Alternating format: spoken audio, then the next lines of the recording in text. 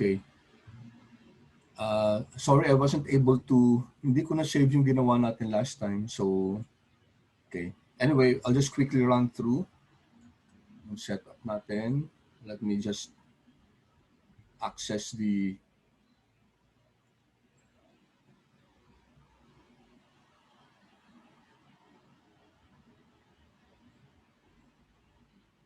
packages.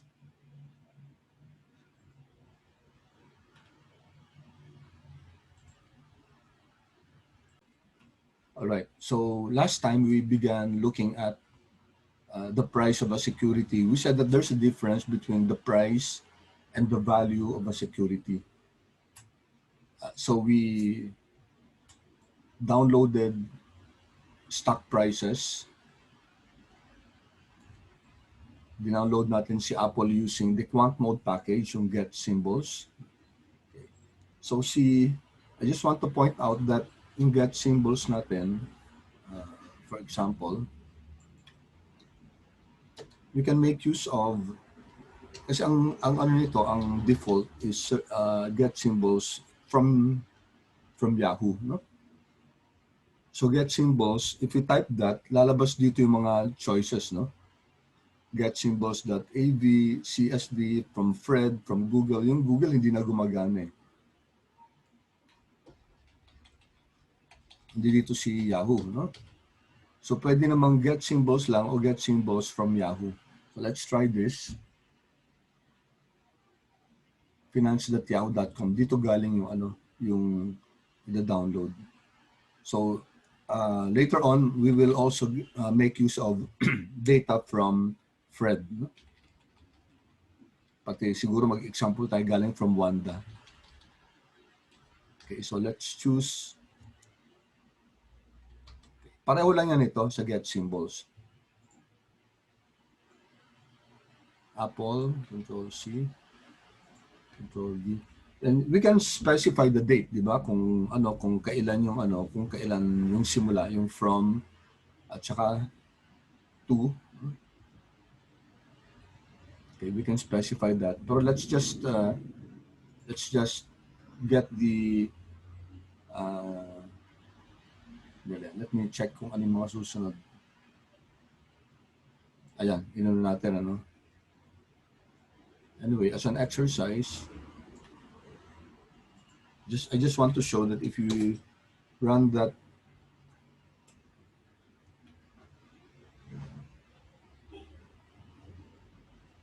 get symbols currently uses auto.assign is equal to 2 by default, but we will use in 0.5. So you'll be able to use the load symbols automatically load data. Okay, that's why ang para hindi natin ito maririnig itong message, makikita itong message na to, ang sinasuggest nila, gagawin auto.assign is equal to false. No? If you run this, ito na yung Apple ano, na download na natin using this. But if you run this, get symbols.yahoo for Apple, and then auto.assign is equal to false natin. Yan. Okay.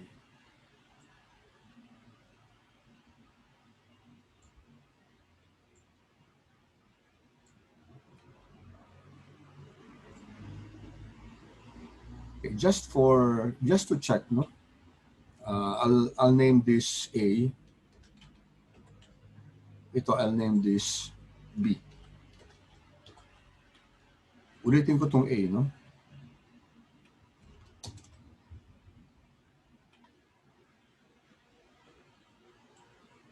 So may A na tayo. Tapos may B tayo.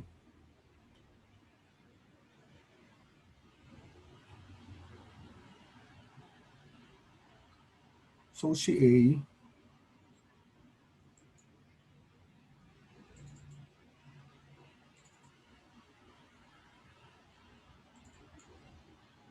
ayaw niya. A,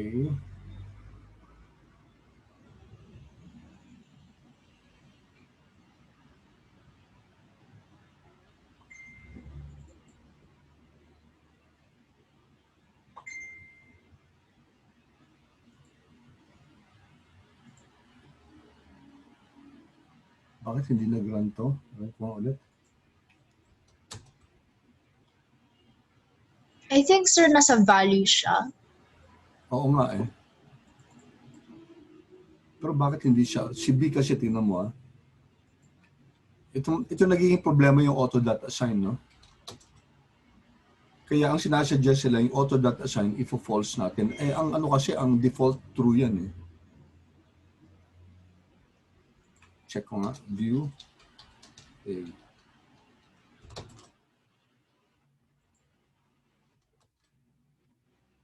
Ayaw oh. Pero nag-create siya ng object na hindi siya XTSS. Hindi siya extendable time series. Okay. Pero ngayon ko lang na-encounter to na hindi siya naging XTS. Okay. I'll try to discover that kung bakit gano'n. No? So that's one of the problems kung hindi natin i-default na auto.assign is equal to false. Kaya nga that's, nababasa ko sa literature na when you use the get symbols, whether it's get symbols or get symbols.yahoo, gagamitin itong auto.assign is equal to false. No? Eh dito wala tayong problema eh. Kay A, I wonder why, pag rinaran ko siya, dito lang siya, pero if I try to click it, in fact, pag i-view mo, wala. No? Ay, sorry. Nasa labas pala siya, kaya wala. View. Okay. Wala pala siya sa code chunk. View A. Oh, it does not, ano? A lang siya, oh. Character lang siya, eh. Okay. So, I don't know what's the problem with this, pero ang sinasuggest ko nga, laging ipapasok yung auto.assign is equal to false para hindi magka-problem. Let me delete this.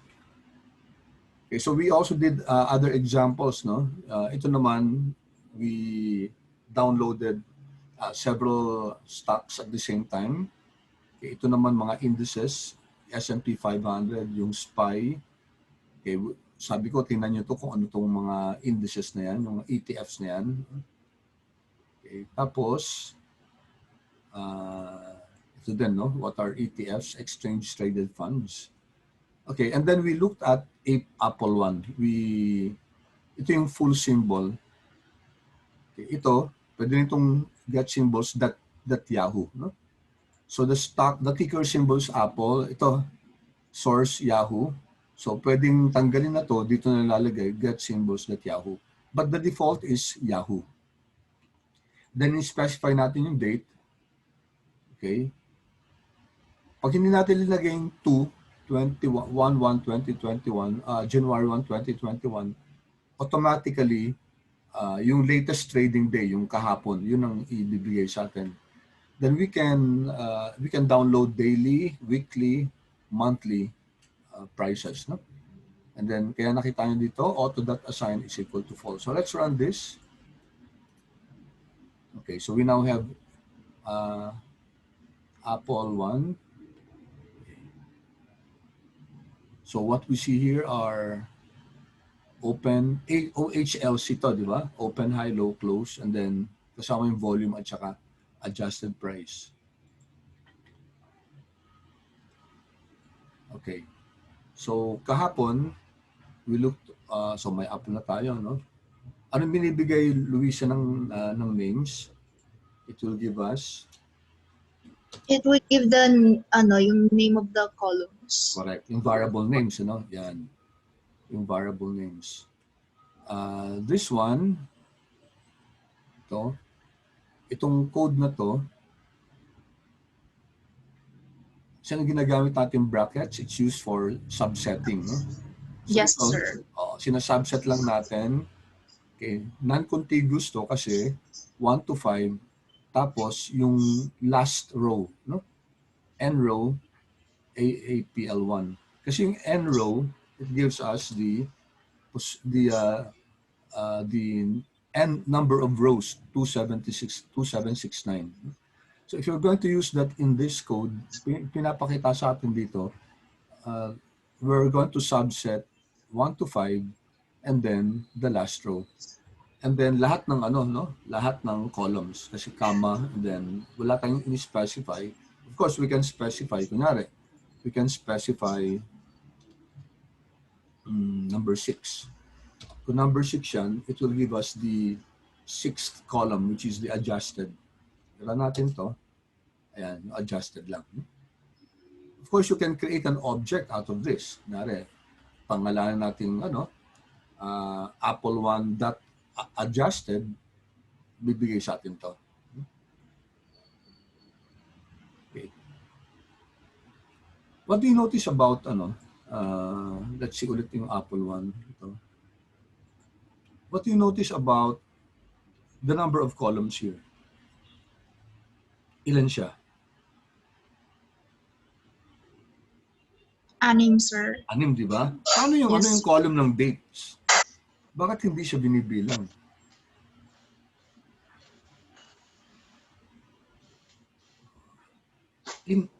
Ano to? Row name to. Index siya. No? Ang gamit dito index. Kung data frame to, pag dinownload natin, it will become part of the column. No?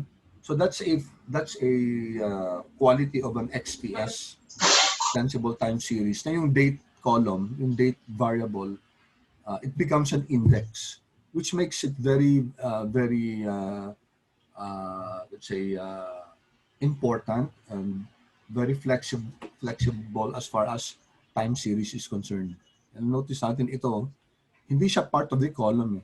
It becomes an index now. Okay. So, let's just, sorry, nakalimutan ko i-save to, kaya we have to go through this again. Ano naman to? Weekly naman, no? Ito yung difference ng kanina. Apple 2, weekly siya. Yung kanina kasi daily. So if we quickly run this, click natin to.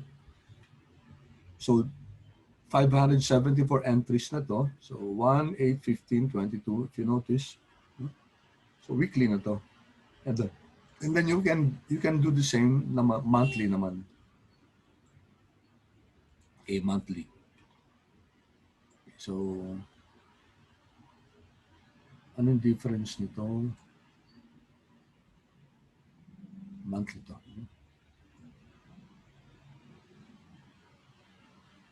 Then yung annually, no? Na-discover niyo ba kung bakit ayaw tong annually?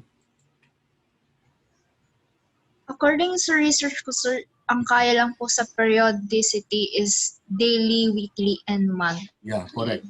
Correct, no? So hindi pa pwede to, no? Not allowed for periodicity. Okay. Pero for example, sir, like kailangan annually yung periodicity. How are we going to get that? Meron, pwede natin i-subset 'yon. Mamaya, Okay, kita sir. natin 'yan. But not we do not use the periodicity. Pwede rin siya ma-subset, create an object, no? Tapos annual yung data, but we're not going to use the periodicity kasi may limitation dito sa periodicity. No? Which sayang, no? Kasi pwede namang, kunyari, kung maraming years, kunyari from 1960 to 2021, pwede namang annual data lang. Okay. And then, sabi natin na anong ginagamit dun sa weekly and monthly volume? Sa volume, average volume to, not the total volume for the period. Okay.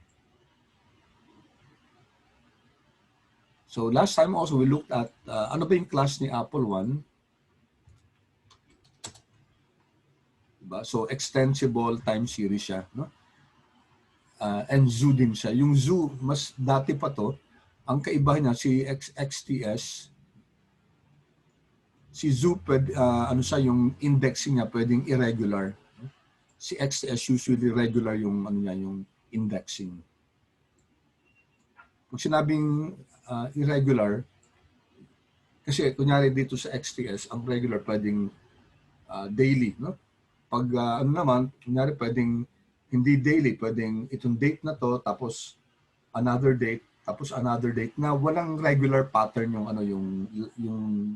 yung differences nila. So yun ang Yun ang specialty ni Zoo. But both of them are time series. XTS objects are regularly spaced, while Zoo objects can be irregularly spaced and can use most common index classes. Dimension will give us the size. No? So si Apple 1, 2,769 rows and 6 columns. And ito ginawa na natin kanina, yung names, yung mga pangalan ng mga variables natin. Okay? So ito, I'll just go through this, diba?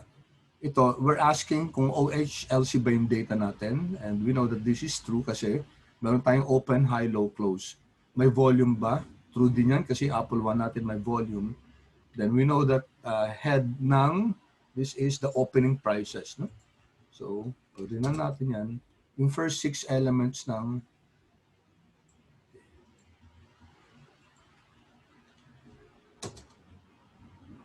yan, first six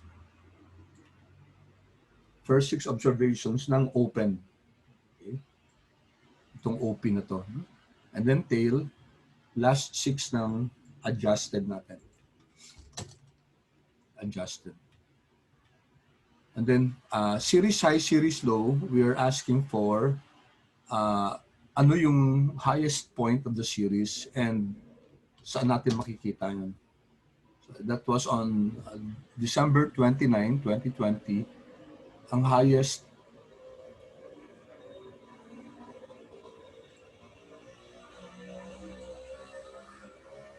point occurred, hindi nagkasya. Highest point occurred on December 2029. And then the lowest is January 29, 2020. One very important feature of Quantmod is that it can provide a very good series, no? Chart. Ito base R lang to. So sabi natin plot si Apple 1 yung XTS object natin, and then in particular yung Apple adjusted. Okay, before we do this, maglagay nga ulit tayo. Kasi yung names natin, di ba, ang hahaba, no? If we want to change, we can change the names kasi. Okay, so let's insert a code. Okay. Call names, no? Call names, column names. Tab natin. C. Pwede nating AAPL dot open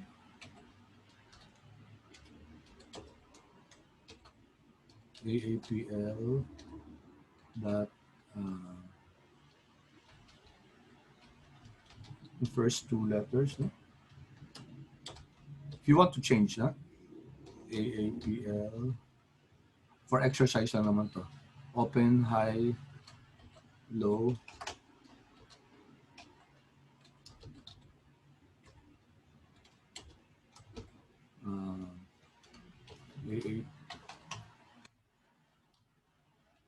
open, high, low, dot close, comma,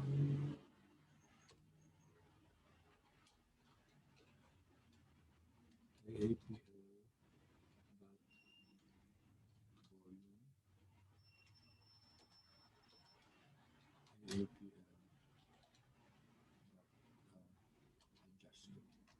adjusted. Okay. So here, sinasabi natin na column names ni AAPL1. Okay. Yung column names ni yung object na AAPL1, gawin natin ganito. Because we know that the column names now, names AAPL1, di ba ang names ni AAPL1 is yan, open, high, low, close, volume adjusted. If we want to change this, gamitin na natin function na, na column names. Okay, and then we check names.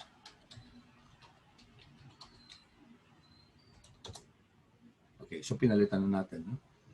So that's how easy it is to change the names of the variable. Okay. So let's plot.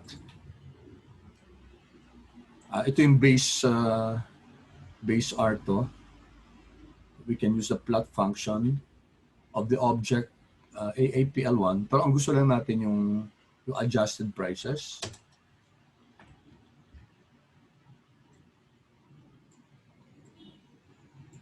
Okay, ano nangyari? Ay, sorry. Napalitan na pala natin ang pangalan. AAPL.add na lang tayo.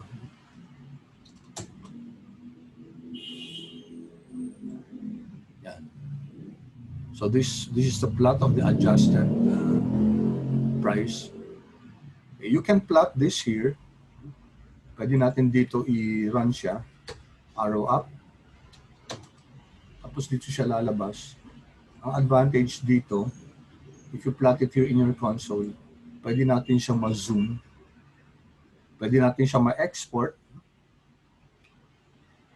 Yari, i-zoom natin to. Or i-export natin. Copy to clipboard, save as image. No? Yan. And then we can work on the width.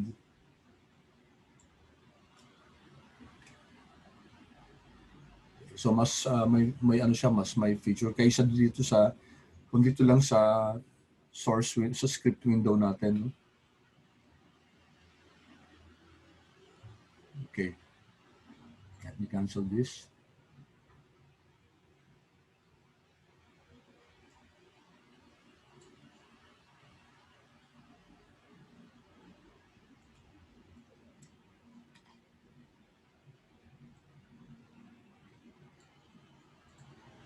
Kailan ka magti-thesis, Luisa? I'm not sure pa, sir. Diba? Okay. I think sa ano? Next term na? No, wait.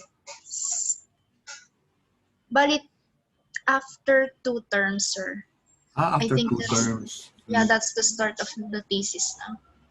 May ano ka na, dapat may mga ano ka na, nakakausap ka ng pwedeng ka-partner sa thesis. Sir, sila po kasi hinahantay ko, yung mga kasama ko.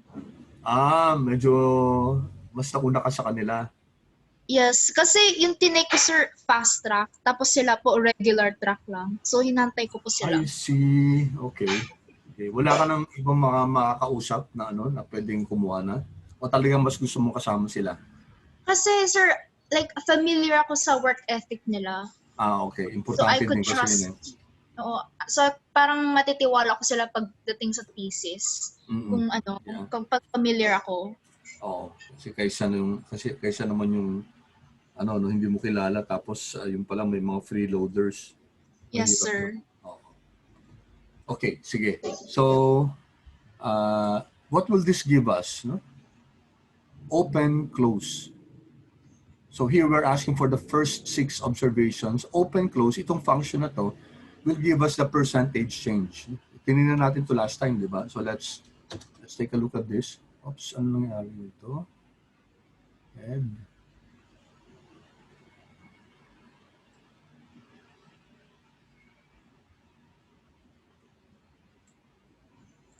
Okay, let me rerun this. Open, close. Apple 1. Tama naman. Bakit?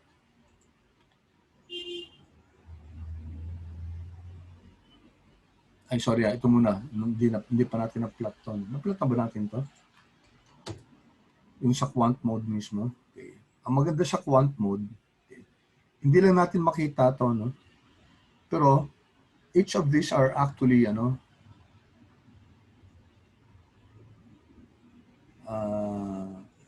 siya, no? Andito yung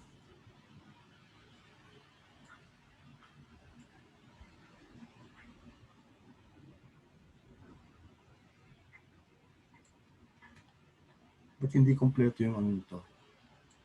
O hindi na makita? Kasi, okay. Mamaya i-plot natin ito ng mas maganda. No? Kasi hindi kita yung volume. Dapat yung chart series na from Quantmod, tanggalin mo nga ito.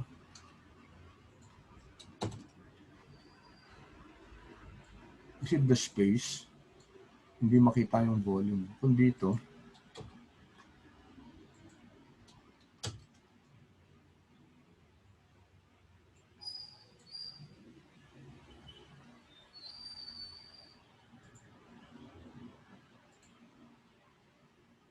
hindi talaga makita.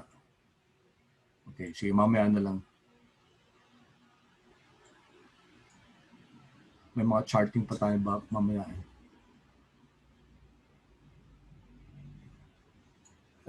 Nagraran yung ano mo? Open, close mo?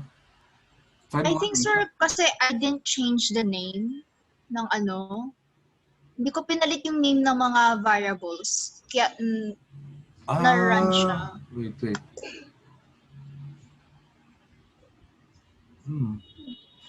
Sige. So, ang Apple One kasi natin, ito na yung mga ano, no? Okay.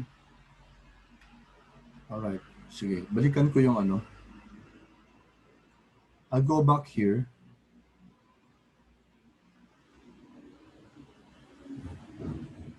Yeah. Dapat nag-create na lang ako kaninang panibagong object para hindi nagulo yung Apple One. I-run ko ulit itong Apple One, no? Okay, here. Yung daily. Ito, no? I'll run Apple One again. This one. Para ma-restore ko yung kanina na Apple One. Okay. And then Apple One. Yan na siya. Yung complete name na. Tapos, itong ginawa natin na to, asan yung kaninang yung column names natin?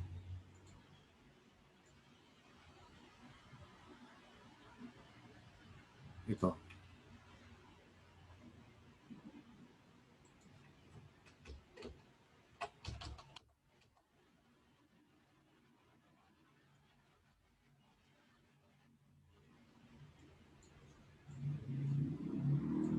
Surprise ako na ano na bakit hindi siya pinalitan lang naman yung ano yung column names That should not be. Kasi it's still the same object. So let's go here. Kinagal ko na muna siya. And then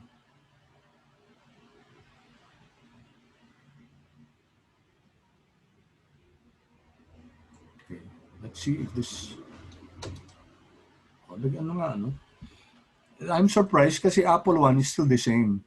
Napalitan wait. OPCL. So ito yung function This is the function open close. So it just computes for the daily percentage from open to close. So dapat there should be no problem. Okay, anyway, siguro specific to. Yung syntax nito, ang ginamit niya yung OPEN mismo at saka CLOS.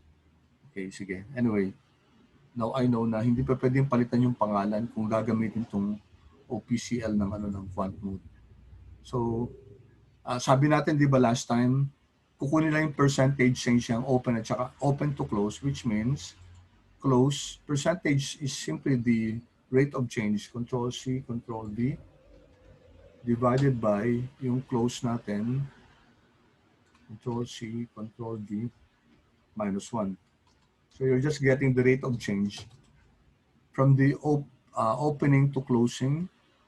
So that gives us ito, 0.027174. Okay? Eksakto. No? Clear yun, Luisa? Yes, sir.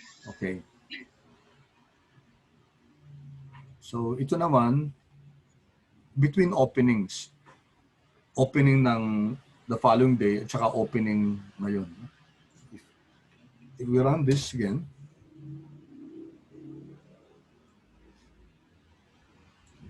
okay. So NA, no?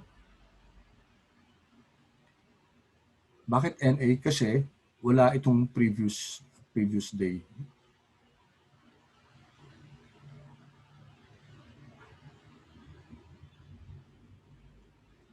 Okay, how about this? Well, just between the high and the low. Pero check lang natin to ah.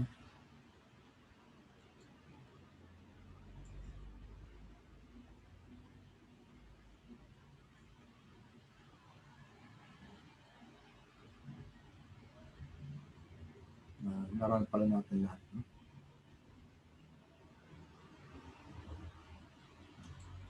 .00548. So if we look at open to, no?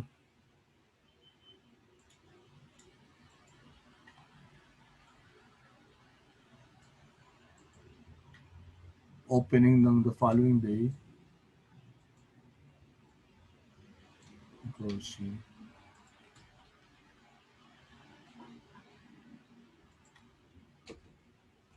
Divided by the opening of the previous day.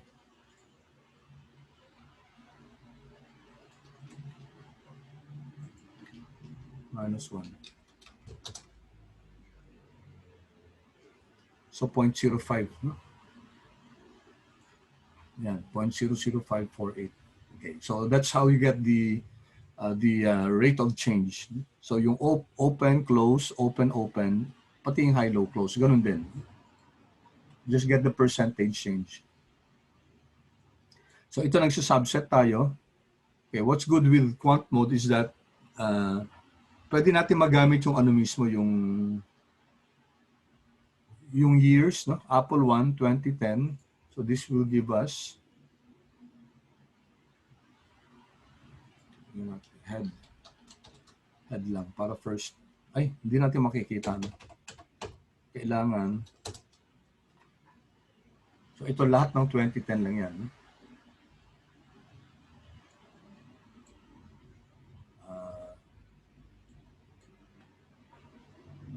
We can create an object, Apple 1, 2010. Kunyari. Yan. Apple 1, 2010.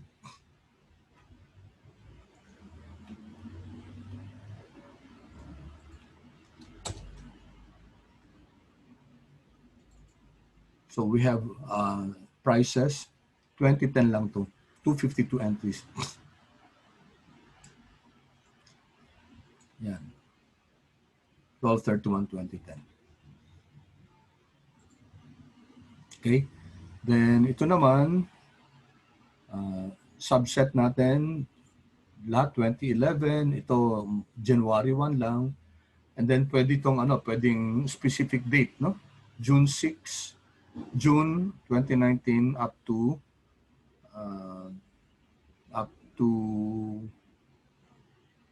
January 12, 2020. Okay? Ito naman, wala ka lang sinubset dito kasi lahat din naman yan. Eh, no? It's still Apple 1. Tapos ito from 2012 up.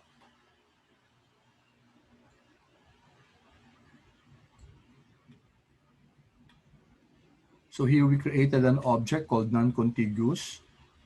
And then it's January, February, and March.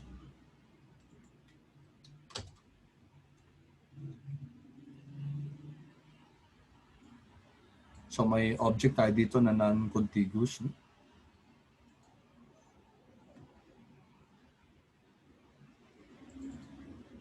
Hindi pala siya. Non-contiguous. Mali ito. Ano mali dito, Luisa?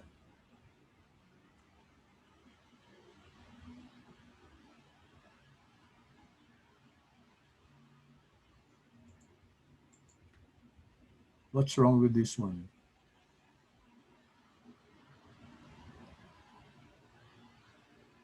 I'm not sure, sir. Okay. Ito yung name na to, no? Name na to, it's just this, no? Parang character lang siya. This one, this January 2020, character lang siya, no? Tapos saka natin sinubset yung character na to. 'Di ba? So non-contiguous, it's an object. Okay? And what does it consist of? Character. Ito lang, C. It's January 2020, February 2020, and December 2020. And then, what we did was, magkasunod to, magkadugtong. Apple 1, non-contiguous. Instead of writing, parang ganito kasi yan, no? AAPL1, instead of writing this,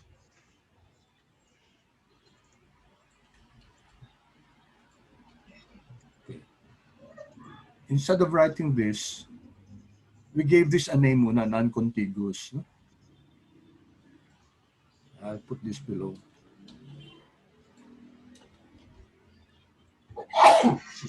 So let's run this. So may non-contiguous na ano tayo, di ba, na object. So we created an object called non-contiguous. Run natin. Dito na siya. It's a character. It's a character vector. Vector siya na character. Tapos i-run natin tong Apple 1, ang naka-subset lang, yung non-contiguous na yun. Okay, so if you take a look at this, yan, January, if you go down, January hanggang ano yan, December, yung 3 months, January 2020, February 2020, and December 2020. Okay, or it's just the same as running this one. Running, saan mali dito? Nag-error siya.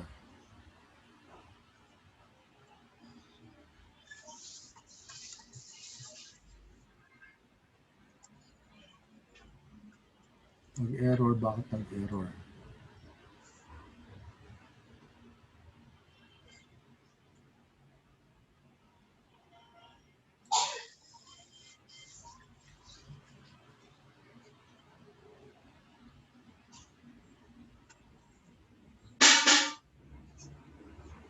Bakit nag-error to? December. Sir, kailangan ba siya ng ano, yung C? Ay, oo, sorry. Ako, tama pa. Nakalimutan ko na combination dapat to. Okay, you're correct. Yan, tama na to. Oh, good. Yan.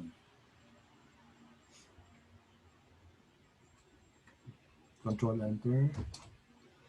Yan, okay. So, tama na siya.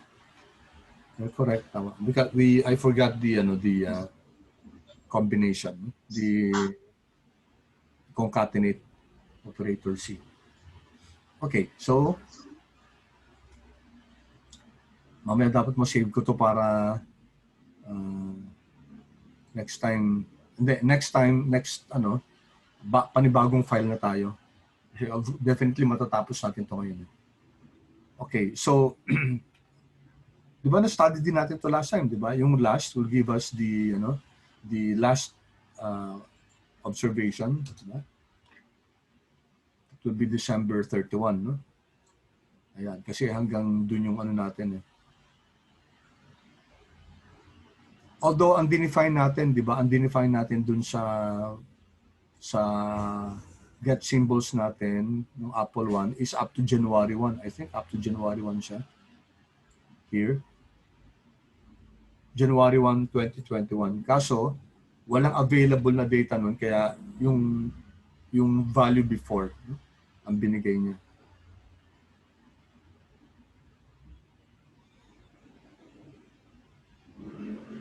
Okay, so quickly let's go through this. Okay. So we know periodicity, ibigay sa atin kung daily, weekly, o monthly yung data natin. Okay, so daily periodicity, no? Okay, so ito, unclass periodicity natin.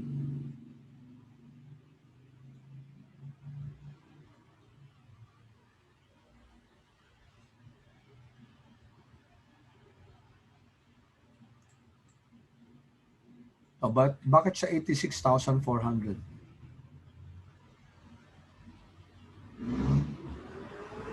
Honestly, sir, hindi ko mahanap yung answer.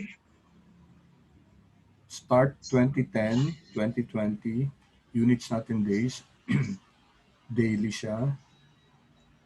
Okay. Okay. 86,400. Ay, nakalimutan ko yung answer dito.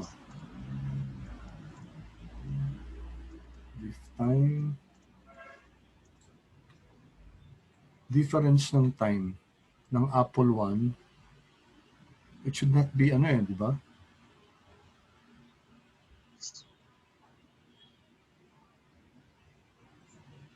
Kasi, how many days between ano?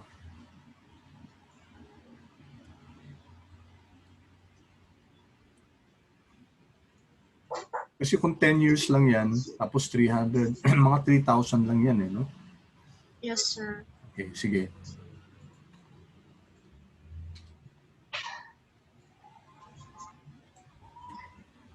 Alam ko yung explanation ito, nakita ko na to Okay, so let me go over that muna ha. Sulat ko dito para para alam ko yung check why time difference for above returns 86,400. Okay, I'm going to check that.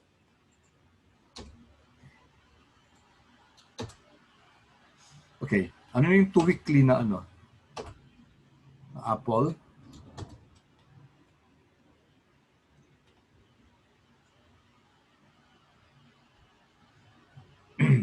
So this gives us weekly data, no? 8, 15, 22. Tapos yung monthly naman, 2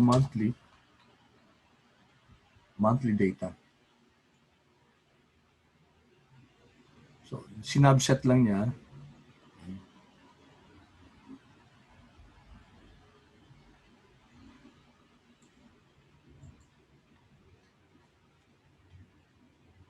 Periodicity to monthly. Of course, we know that that should be monthly periodicity from January 2010 to December 2010. And days, and weeks, and years. 2,769 days. Ito yung tama di ba? 2,769 days, 574 weeks, and 11 years. Ito yung duration ng natin ng Apple One.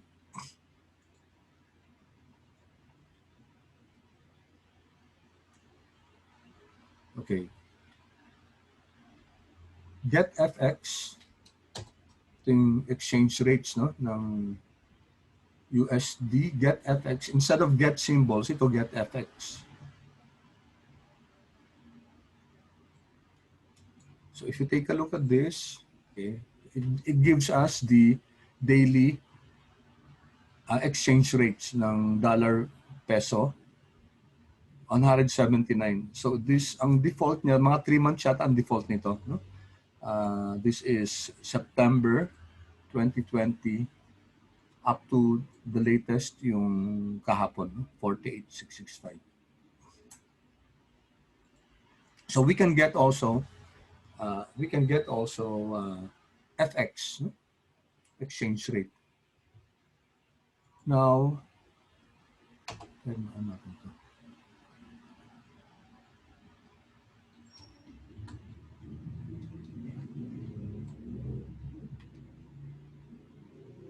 hindi pinapakita yung source. Ito yung complete code currencies, okay, from to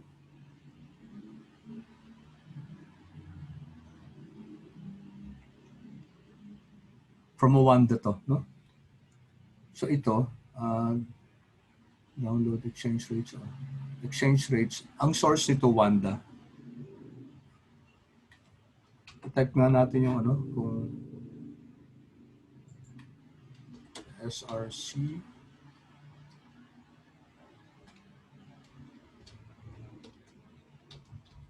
let's see if this will run. Tama nga, nag-run siya. Okay, So just for FYI lang natin, ang source ito hindi Yahoo. Yung FX rates will be from Wanda. Okay, so ang periodicity nito is daily pa rin siya. Okay. And then if we want weekly rates, okay, periodicity, weekly periodicity siya. Okay. So charting, okay, very quickly ito, diba sabi natin ito yung get symbols natin, kunin natin si Netflix, and then i-plot natin Netflix, just the adjusted price, pareho to nung kanina ng Apple natin, okay, so yan ang base plot natin. Chart series, ito from Quantmod, yan. Ito, I was wondering why hindi nag-a-appear yung volume kanina. Technically, dapat mag-a-appear yung volume natin. Kasi yung chart series ni Quantmod, it reflects everything. Hindi lang natin kita dito yung open, high, low, close. No? OHLC ito. Walang adjusted price dito. Open, high, low, close, plus the volume. But if we get a shorter period, kunyari ito, no? Chart series and Netflix, and then let's just subset it to December of 2012, 2020. So plot this. Yan. Okay? Andito yung volume, andito yung for December of 2020. Okay? Asa na dito, Luis, yung kasi iba apat, di ba? 1, 2, 3, 4. 4 information natin dito. Okay, if you take a look at this, ito, yung ticker yung line na to. So this is your open and this is your close. Ito naman, this is your high, low, and this is your high, no? Yung Yes, nasa bar natin, nasa line. Low, lowest, and highest. And then this one, yung orange, it means that bumaba yung price. Oh, sige. Yes, sir. So, the open, nasa ano po siya, sa top. Nasa top. And then yung close, nasa baba. Yan. Okay, that's correct. Paano kung ganito? Yung open po yung nasa baba. And then open, ito. Yes, sir. And then yung close, nasa taas po. Nasa taas. Ano to? It's still the high, sir. Asan yung low? Nasa baba pa rin. Oh, yung low hindi natin makita pero parang may line dito na maliit, ano? Pero sabihin natin sir. kung wala man, the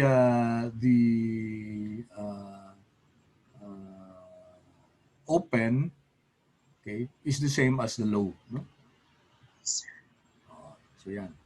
So that's yun yung power ng chart series ng get symbols. So kita natin yung candlestick, no? Candlestick plots. Okay, so may process na ginagawa yung Quantmod. Anyway, I'll dispense. Basahin mo na lang yan, no? I'll dispense with that. Okay. So importante din na malaman natin yung missing data, no? So ito magandang activity to kasi makikita natin paano kung may missing data. Okay, so this chart does not show anything obviously suspicious with the Apple One adjusted. Hindi Apple One to, with the Netflix and FLX.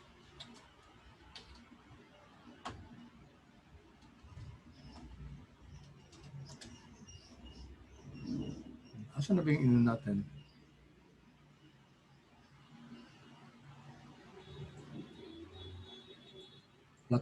Plot ko ulit to.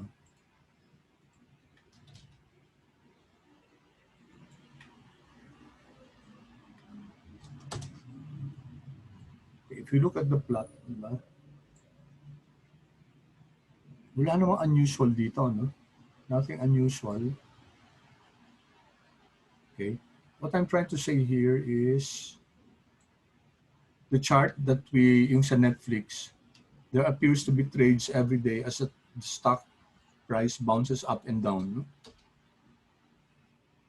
with no obvious flat spots. Okay. Note that the Yahoo Finance data excludes trading on holidays and weekends. So there should be no visible flat spots when we are looking at 10 years of daily data. Okay, so let me illustrate this. Okay, so ito ang gagawin natin, yung sa Netflix, let's create an object called data.missing. Okay, then si Netflix, yung Netflix natin, tanggalin nating rows 2,000 up to 3,000. Okay, so we're creating an object now called data.missing. It's from Netflix. It's a subset where we remove the rows 2,000 to 3,000, and then all the columns. No? Yan natin to. So may Netflix na tayo. Notice yung Netflix natin compared to data.missing 2,575 entries na lang. Si Netflix kasi 3,576. So binawasan natin ng around 1,000 items, no? 1,000 observations. Okay, so parang ginawa nating missing data yon, no? Missing data. So i-plot natin. And then what do you see? What do you observe? Tingnan mo to, no? Ito. Walang ups and downs dito. Ibig sabihin, kung yung last data.missing, okay, we removed yung observation 2,000 to 3,000 dito, di ba? So it reflects here. Kasi kinonect niya yung last price ng row 1999 tapos dun sa row 3001. Eh by this time, mga 3 years yan eh, no? 1,000, it's almost 3 years. By this time, tumaas na yung price. Kaya tingnan mo, diba? Parang wala nang biglang tumaas na ganun. Okay? So when you have missing data, especially kung marami siya, chances are magkakaroon tayo ng flat o straight lines na mga ganito. Kasi usually ang stock price is very erratic siya. So goes up and down, it bounces up and down. Okay, so that was just to illustrate itong missing data na to. Okay, let's go to another plot, bar chart. Netflix bar chart, white.mono. Okay, bar type HLC, high, low, close. Okay, hindi natin siya masyado makita, no?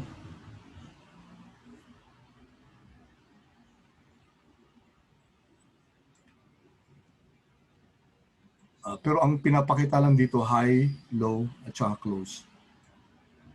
Then siguro mas makikita natin siya kung si Netflix, i-ano natin, i-subset natin. 2012 lang. Pareho lang to.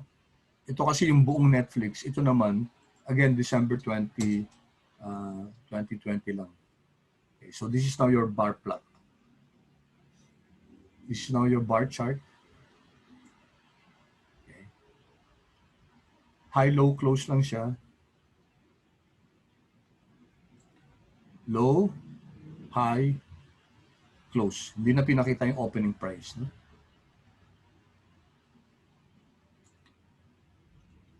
And ito, ginawa lang natin dito yung theme is black.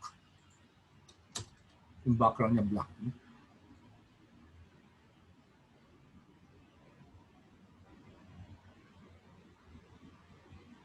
Ito naman, open, high, low, close. No? So pag bar chart, tingnan mo, ano yung nasa left na to?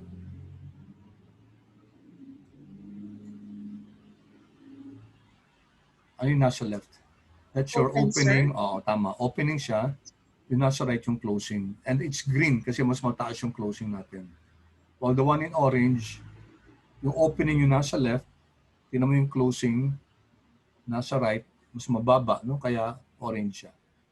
So both in color and in terms of the plot itself, makikita natin kung mas mataas, kung nag-gain yung stock, yung price, or bumaba siya. Yan. Okay. So we have the standard chart, candlestick. We have the bar chart also. Ito yung candle chart. No? Okay, pareho lang yan ng kanina. Okay, yan. So white lang siya. No? Black.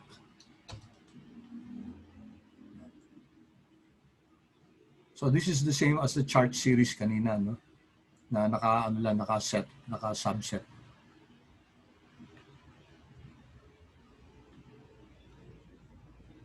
Okay. Pwede rin line chart, no? So yung chart series, pareho lang siya ng candle chart. And then we have bar chart, and then we have line chart. Pag line chart naman, okay, anong problema dito? Line chart, Netflix. Maling spelling ko.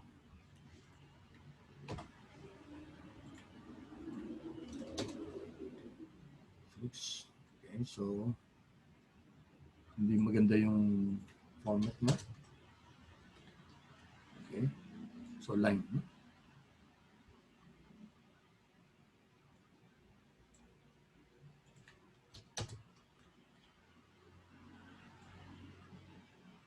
Yeah.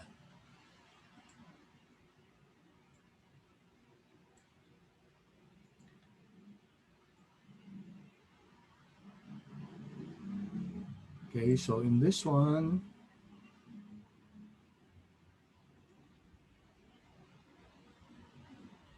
nag-subset na tayo, di ba? Okay. So instead of yung brackets, you can use the function subset. So pareho lang to. Okay, candle chart, Netflix, subset is equal to yan, December 1919 up to the whole of 2020.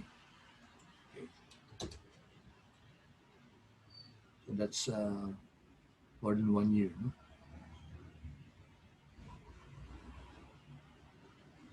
Subset function yung ginamit natin. Or that's the same as the brackets. No?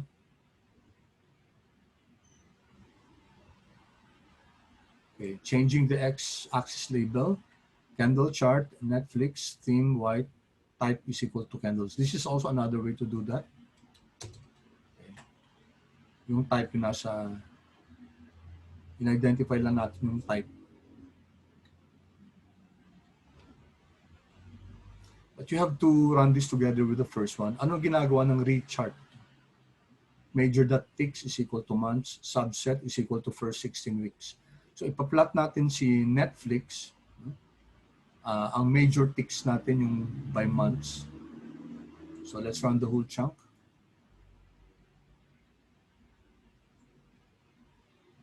Okay. So ano nangyari dito?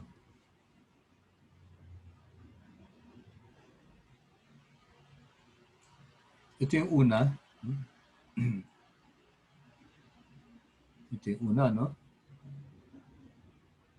And then, nung rinano natin combine sila, rin-chart na siya, then rechart, month na, major dot ticks is equal to months, and then subset natin, first 16 weeks lang. So what happened here?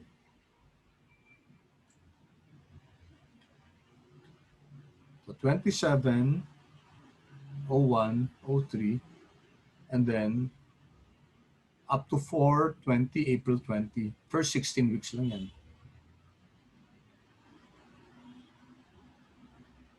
Okay, so candlestick pa rin siya, no? 16 weeks.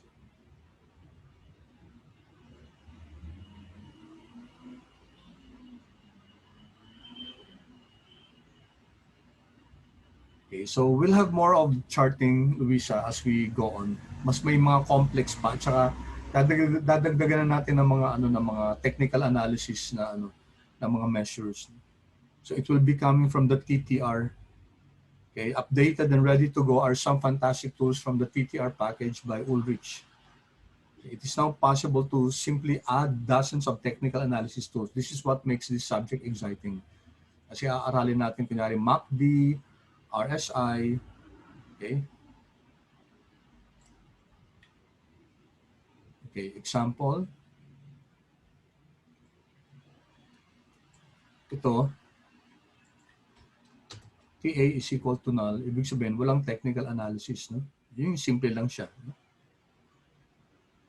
However, we can add chart series, Netflix, white, okay? So, TA is equal to add volume, add Bollinger Bands, and add yung CCI na measure. Okay, so let's do this.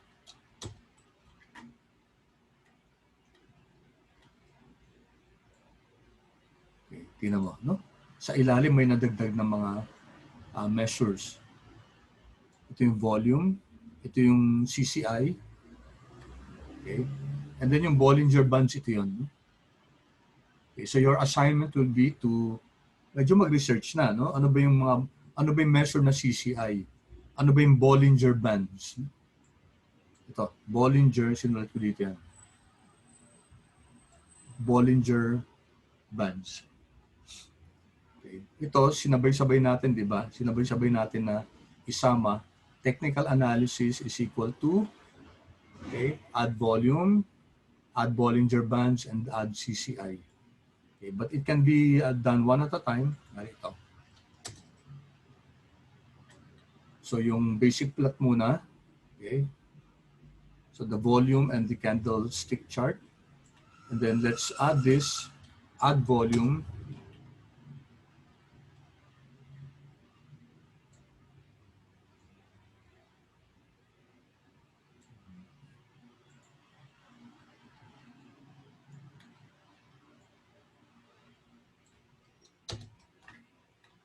Together. So kanina, may volume na pala kanina, no? Tapos, nadalo na yung volume. Kasi ito, may volume na to eh. Tapos nag-add volume pa ako, na doble na siya. Then third plot, kung tatlo lang to,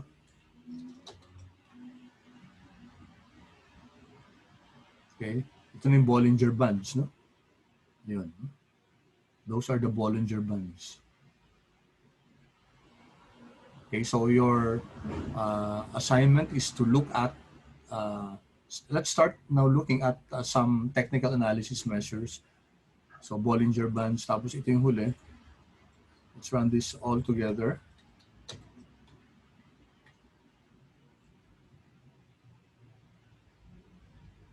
Okay. Ito yung CCI natin. Okay, para hindi madoble yung volume, pwede natin ilagay dito. Pwede natin TA is equal to null. Okay, ito muna, no? Yan. So yung una natin, wala ring volume to. We run this, yung basic chart to. Yan, walang volume.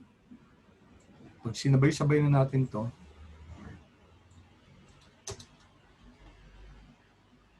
okay, you now have 4 plots. Yung una, walang volume. Yung pangalawa, in-add natin yung volume. Yan. Third, in-add natin si Bollinger. Yan.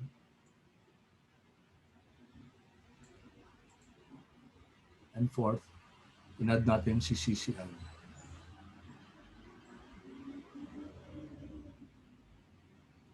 Yan. Okay? So lastly, before, I'm going to post this, no? Ito na yung susunod na natin eh, no? Na lesson natin. Ipo-post ko to, tapos para medyo ma-advance yung tingnan. So we're going to look at now yung introduction to portfolio returns. Pero I think may isa pa akong i-add muna bago natin puntahan to. But that will be for next meeting. So last, yung returns naman. Now, it's very easy to compute for the returns sa Quantmod. Sa Excel medyo madali din, pero iba talaga pag R. Starting and ending date convention, all periods could be named in a variety of ways. The first of the period, the first trading time of the period, and the last trading time of the period, or even the last day of the period. XTS has adopted the last observation of a given period as the date to record for the larger period. Okay, we'll mas maintindihan natin ito kung may sa examples natin. Okay, so let's get the price of Starbucks. So CSBX Starbucks, no? And open, high, low, close. Then let's plot. Okay, the usual chart series natin. Okay, take a look at this, daily returns.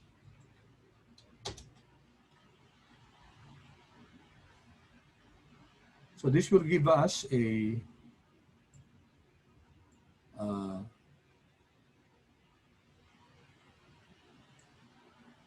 create ba siya ng object? Automatic ba yung pag-create ka ng object?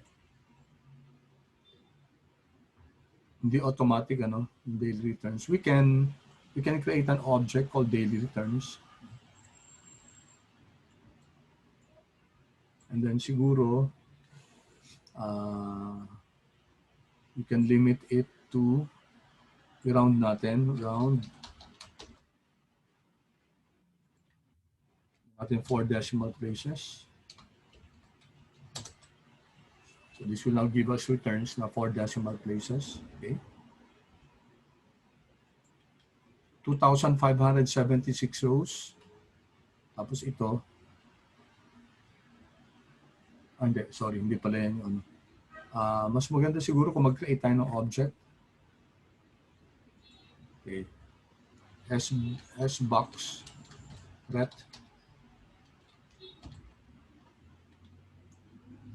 D-ret na ng daily returns. So we now have this one, S-box. Okay, daily returns natin, 3,576 entries. X-box is 3,576. Now, bakit 3,576 lang? But 3,576?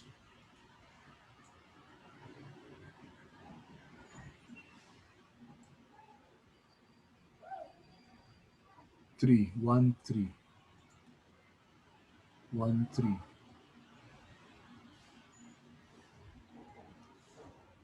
Okay.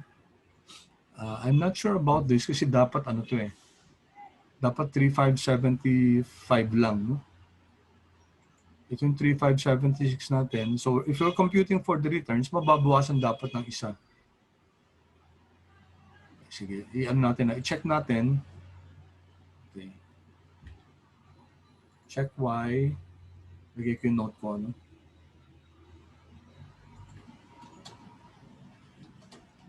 Check Y. It has same observation number.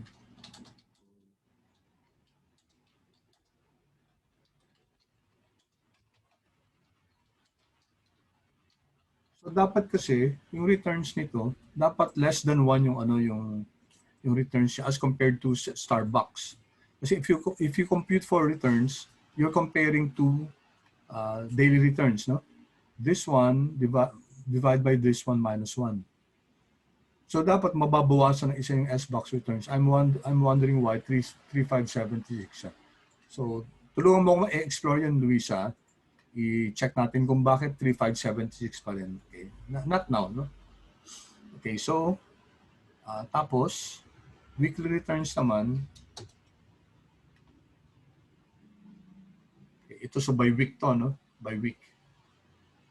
So we can get daily returns, we can get weekly returns, and even we can get monthly returns.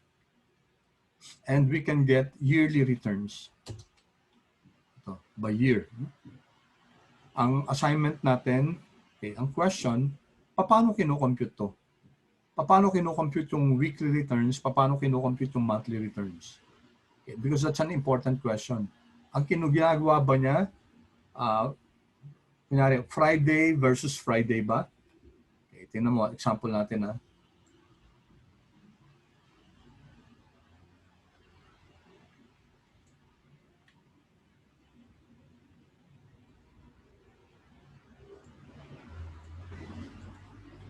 Okay. So, kunyari yung weekly returns.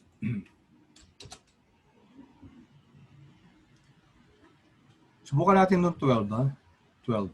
So, does that mean the price of 12 and the price of 5? So, i-check natin. Starbucks. The price at 12, and usually kasi ang ginagamit yan, close. Let's compare. Control C, Control V. Closing price on January 12 versus Control C, Control V, minus 1. 0.021.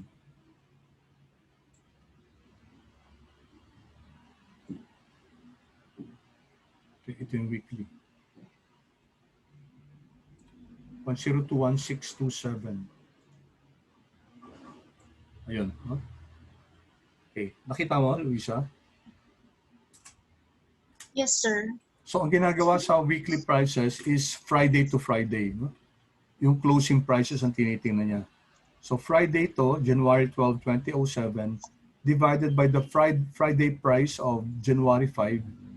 Okay? So, yun ang kinukuha niya. Pag monthly naman, ganun din. Yung last day of the month divided by the last day of the month ng previous month minus 1. So that's how they compute for the weekly returns and monthly returns. Okay, there's another function here, yung all returns. Okay, so all returns, note yung ano niya, plural, no? All returns, and it will give us a comparison of daily, weekly, monthly, quarterly. So, gawa tayo ng, let's see, create tayo ng object. Control C.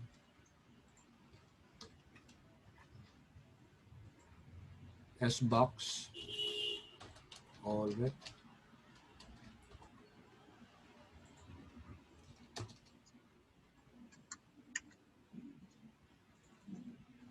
Yan. So maraming NA. Ito yung sinasabi ko kanina. Yung 1-3, dapat wala to eh. No? Kasi yung first day niya, December 3, tapos December 4, meron kasi that's the price of December 4 divided by December 3. Pero yung sa S-box daily return, meron. Ibig sabihin nun, dinivide niya yung price ng prior, no? On a prior date. Okay lang yun. No? Kasi ibig sabihin, ginamit niya yung price ng before January, January 2007. Kasi yung default ni Quantmod sa get symbols, yung first trading day of 2007 ang binibigay niya kagad. It doesn't mean na Starbucks was not trading before this time. So ibig sabihin may stock price na may trading ng before the January 1, January 3, 2007. So baka merong December 31, 2006. So na-compute pa rin niya yung daily return. So that's the answer there. Okay, kasi di ba nag-get symbols tayo? Tapos hindi si Starbucks hindi naman natin linagay yung from at saka to di ba? Ito, get symbol Starbucks. We did not define kung kailan magsisimula at saka kung kailan magwawakas. Nag-default lang si Quantmod na 2007. Ganun yung ginagawa niya. 2007 yung start niya. Kahit na even if the stock has been trading for a long time. So may mako-compute talaga siya sa January 3, 2007 kasi may stock price before that. May trading before that. Okay, so that's the answer there, no? And then all returns. So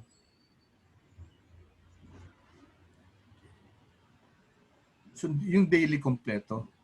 Yung weekly tuwing Friday lang. Okay.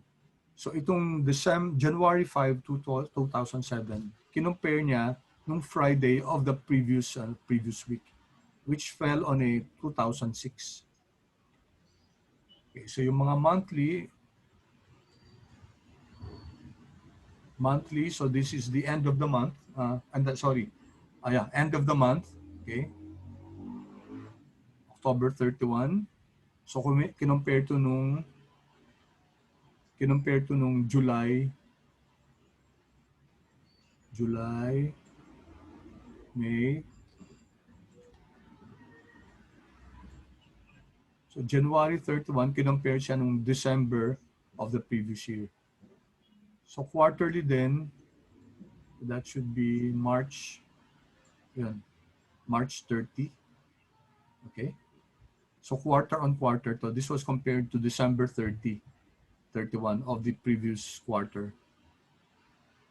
And then yung annual natin will be sa end of the year, December. Ito. Yan. December 31. This was compared to December 31 of the previous year. Okay, so returns to. No? Sa subject natin, ang talagang pag-aaralan natin yung mga returns. No? Okay, so that ends our, tama, exact yung time natin. That ends our discussion today. Ipapost ko itong mga before Tuesday, hopefully by tomorrow, ma-post ko na to para medyo masimula mo na rin tingnan. Okay? Okay, sir. Kamusta yung pace natin, Luisa? Okay lang ba? Okay lang, sir.